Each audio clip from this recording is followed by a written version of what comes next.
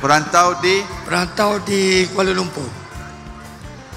Okey, soalan saya, berapa banyak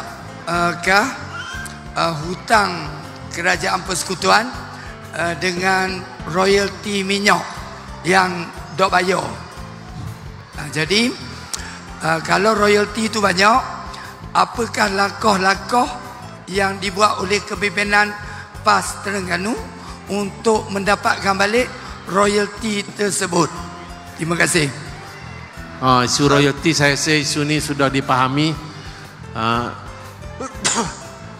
dan kita cuba yang terbaik lah setakat ni untuk mendapatkan hak kita.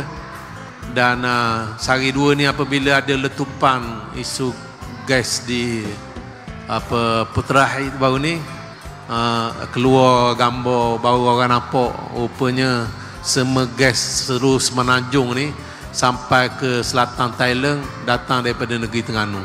Sebab lama ni dia ukir Terengganu ni bergantung dengan pusat. Hakikatnya sekarang pusat sebenarnya bergantung dengan Terengganu ni.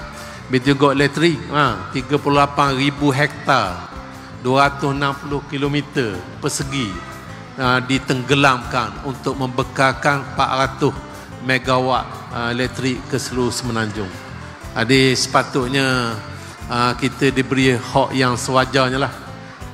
Tapi dalam hal ni insya-Allah cara yang paling baik sekali, kalau mahkamah undang-undang ni kita tahu dah mengambil masa yang lama. Cara yang paling mudah, insya-Allah kita doakan kita boleh merentah Putrajaya untuk akan datang.